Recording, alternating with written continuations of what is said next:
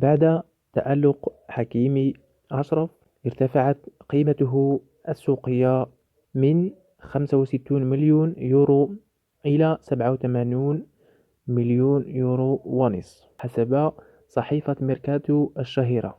ويعتبر أشرف حكيمي أغلى لاعب في إفريقيا وأغلى مدافع في العالم، ويعد أفضل اللاعبين في العالم على مستوى التطور والاستقرار في العالم.